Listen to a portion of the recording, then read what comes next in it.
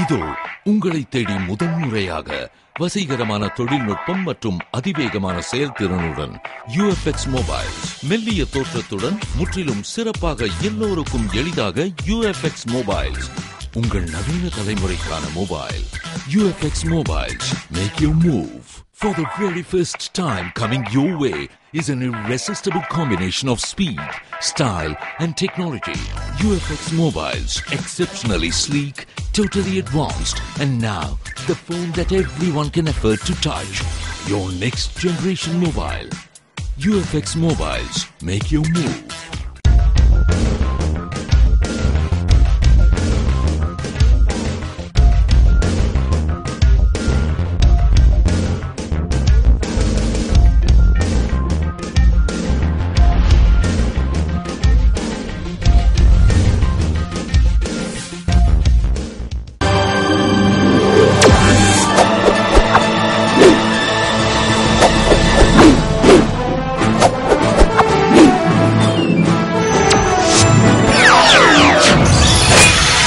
நீங்கள் பார்த்துக் கொண்டிருப்பது AJK டிவியின் புதுவை மாலை.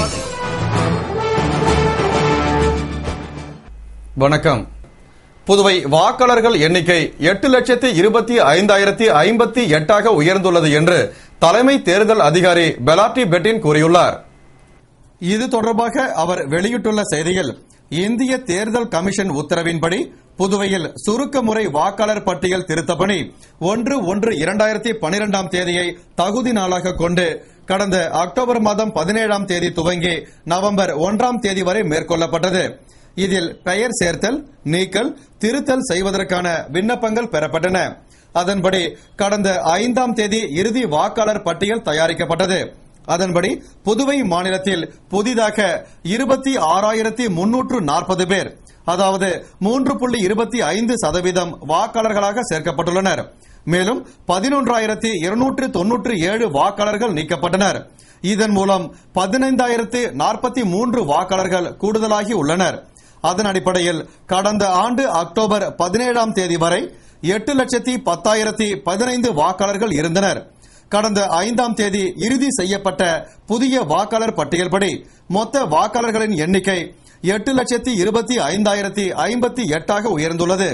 இதில் 3,97,094 பேர் ஆண்களும், 4,27,957 பேர் பெண்களும், 7 பேர் இதர இனத்தை சேர்ந்தவர்கள். இந்த வாக்காளர் பட்டியல்படி கடந்த 5ஆம் தேதியில் இருந்து 7 நாட்களுக்கு அனைத்து வாக்குச்சாவடிகள், வாக்காளர் பதிவு அலுவலகங்கள், உதவி வாக்காளர் பதிவு அலுவலகங்களில் பொதுமக்கள் பார்வைக்காக வைக்கப்படுகிறது. மேலும் புதிய வாக்காளர்களுக்கு புகைப்படத்துடன் கூடிய அடையாள அட்டை ஓட்டுச்சாவடிகளில் வழங்கப்படும்.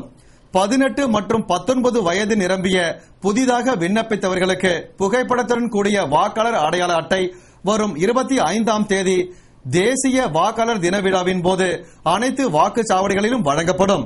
மேலும் 18 மற்றும் 19 வயது உள்ளவர்களை வாக்காளர் பட்டியலில் சேர்க்க தலைமை தேர்தல் கமிஷன் உத்தரவின்படி கடந்த 5ஆம் தேதி முதல் வரும் 15ஆம் தேதி வரை சிறப்பு முகாம் நடத்தப்படுகிறது என்று அவர் கூறினார்.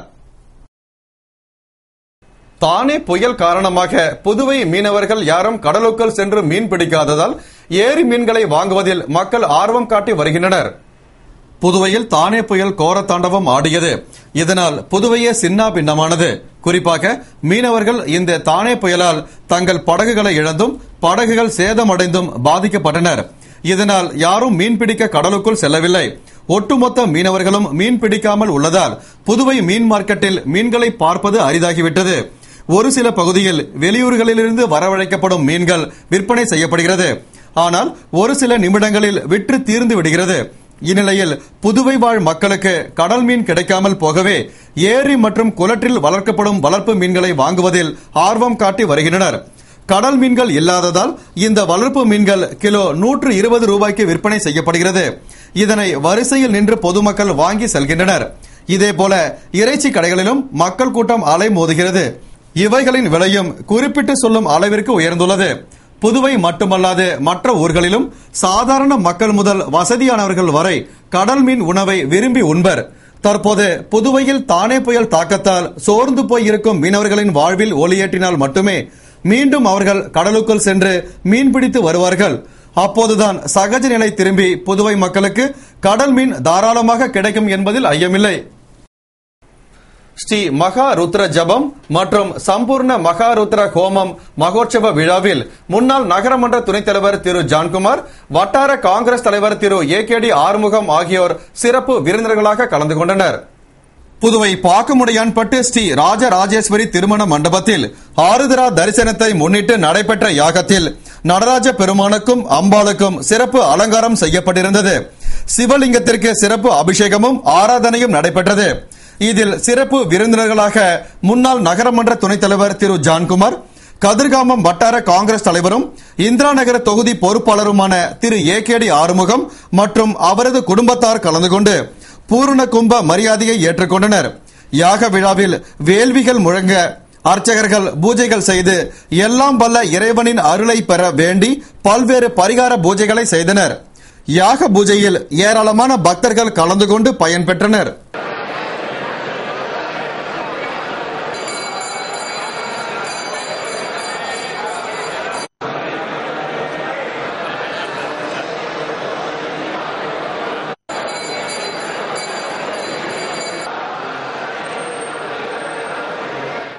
புதுவை சுண்ணாம்பு ஆற்றில் இயங்கி வந்த படகுத்துறை புயலுக்கு பின் மீண்டும் செயல்பட துவங்கியுள்ளது. இதனால் சுற்றுலா பயணிகளின் வருகை அதிகரித்து உள்ளது. தானே புயல் தாக்கத்தினால் புதுவை நோனாங்குப்பம் சுண்ணாம்பு ஆற்றில் இயங்கி வந்த புதுவை அரசு படகுத்துறை சின்னாபின்னமாக மாறியது. இதனால் படகு சவாரி நிறுத்தப்பட்டது. இந்நிலையில் சுற்றுலா பயணிகளின் வருகையை அதிகரிக்கும் நோக்கில் புதுவை அரசு போர்க்கால அடிப்படையில் நடவடிக்கை எடுத்ததால் தற்போது மீண்டும் படகுத்துறை இயக்கத்திற்கு வந்தது. இதனால் படகு சவாரி செய்ய பொதுமக்கள் அங்கு குவிந்தனர். மேலும் சுற்றுலா பயணிகளின் வருகையும் அதிகரித்து உள்ளது. ஆனால் புதுவை உசுட்டேரியில் உள்ள படகுத்துறை தானே புயலால் தாக்கப்பட்டு இன்னமும் சீரமைக்கப்படாமல் உள்ளதால் படகுத்துறை பொலிவிழந்து காணப்படுகிறது. படகுகள் அனைத்தும் சேதம் அடைந்துள்ளன. அங்குள்ள மரங்கள் சாய்ந்து உள்ளது. அவைகள் அப்புறப்படுத்தப்படாமல் உள்ளது. மேலும் சிறுவர்கள் விளையாடும் விளையாட்டு கூடமும் சேதம் அடைந்து உள்ளது. படகு சவாரி செய்யலாம் என்று வந்த சுற்றுலா பயணிகள் ஏமாற்றத்துடன் திரும்பி சென்றனர். இன்று விடுமுறை நாள் என்பதால் உள்ளூர் பொதுமக்களும் வந்து ஏமாற்றத்துடன் சென்றனர். எனவே நோனாங்குப்பம் படகுத்துறை செயல்படுவதைப் போல உசுட்டேரி படகுத்துறையும் விரைவில் செயல்பட அரசு நடவடிக்கை எடுக்க வேண்டும் என்பது பொதுமக்களின் விருப்பம். ஸ்ரீ லட்சுமி நரசிம்ம பெருமாள் ஆன்மீக வழிபாட்டு மன்றம் சார்பில் நடைபெற்ற புனித பாத யாத்திரையை திருக்கோவிலூர் ஸ்ரீமத் எம்பெருமானார் GR சுவாமிகள் துவக்கி வைத்தார். புதுவை மாநிலம் ஸ்ரீ லட்சுமி நரசிம்ம பெருமாள் ஆன்மீக வழிபாட்டு மன்றம் சார்பில் ஆண்டுதோறும் ஜனவரி மாதம் முதல் ஞாயிறு அன்று தமிழகம் புதுவையை சேர்ந்த திருமால் அடியார்களும் 50க்கும் மேற்பட்ட பஜனை குழுவினரும் 1000க்கும் மேற்பட்ட ஆன்மீக பக்தர்களும் புதுவையில் இருந்து புனித பாத யாத்திரையாக சிங்கிரி கோயில் ஸ்ரீ லட்சுமி நரசிம்ம சுவாமி திருக்கோவிலுக்கு செல்வது வழக்கம். அதன்படி புதுவை ஸ்ரீ வரதராஜ பெருமாள் கோவிலில் இருந்து புறப்பட்ட புனித பாத யாத்திரையை திருக்கோவிலூர் ஸ்ரீமத் எம்பெருமானார் GR சுவாமிகள் துவக்கி வைக்க மங்கள வாத்தியம் முழங்க சிறப்பு புனித பாத யாத்திரை துவங்கியது. இதில் சட்டமன்ற உறுப்பினர் ஸ்ரீ லட்சுமி நாராயணன் உள்பட ஏராளமானோர் கலந்து கொண்டனர். பாத யாத்திரையின் போது பஜனை குழுவினர் இறைவனின் பாடலை பாடியவாறே சென்றனர். அறிஞர் அண்ணாவின் 103வது பிறந்த நாளை முன்னிட்டு திமுக இளைஞரணி அறக்கட்டளை சார்பில் பள்ளி மாணவர்களுக்கு மாநில அளவிலான கவிதை, கட்டுரை மற்றும் பேச்சு போட்டியின் இறுதிப் போட்டி காஞ்சிபுரம் மாவட்டம் செங்கல்பட்டில் நடைபெற்றது. திமுக இளைஞரணி அறக்கட்டளை சார்பில் அண்ணாவின் 103வது பிறந்த நாளை முன்னிட்டு உயர்நிலை, மேல்நிலை ஆகிய பள்ளி மாணவ மாணவிகளுக்கான மாநில அளவிலான கட்டுரை, பேச்சு, கவிதை ஆகிய போட்டிகள் நடைபெற்று முடிந்தது. இதன் இறுதிப் போட்டி காஞ்சிபுரம் மாவட்டம் செங்கல்பட்டில் நேற்று நடைபெற்றது. இதில் கலந்து கொண்ட திமுக பொருளாளர் MK ஸ்டாலின் போட்டிகளை துவக்கி வைத்து சிறப்புரை ஆற்றினார். இப்போட்டியில் தமிழக பகுதியான காஞ்சிபுரம், சேலம், கோவை, மதுரை, திருவள்ளூர், சென்னை உள்ளிட்ட புதுவை ஆகிய பகுதிகளில் இருந்து 250க்கும் மேற்பட்ட மாணவ மாணவிகள் கலந்து கொண்டனர். இப்போட்டியில் கலந்து கொள்ள முன்னதாக புதுவையில் திமுக இளைஞரணி அறக்கட்டளை சார்பில் தேர்ந்தெடுக்கப்பட்ட 6 மாணவ மாணவிகளை அவர்களது குடும்பத்துடன் புதுவை மாநில திமுக இளைஞரணி அமைப்பாளர் திரு சிவா தனது சொந்த செலவில் அழைத்து வந்தார். போட்டியில் பங்கு பெற்ற 6 புதுவை மாணவ மாணவிகளில் ஒருவருக்கு மட்டும் ஆறுதல் பரிசு கிடைத்தது.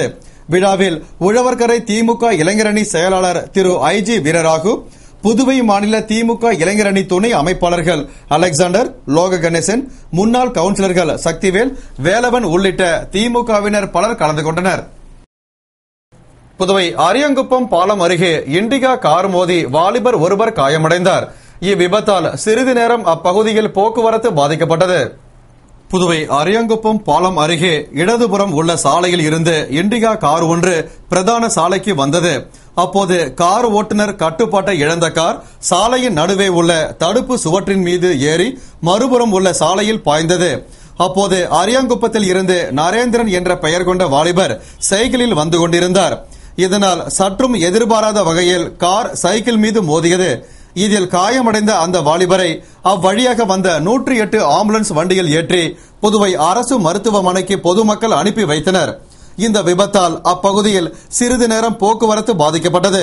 தகவல் அறிந்து அங்கு வந்த காவலர்கள் போக்குவரத்தினை சரி செய்து விபத்துக்குள்ளான காரை அப்புறப்படுத்தினர். இதனால் போக்குவரத்து சீரானது. இத்துடன் செய்திகள் நிறைவடைந்தன. வணக்கம்.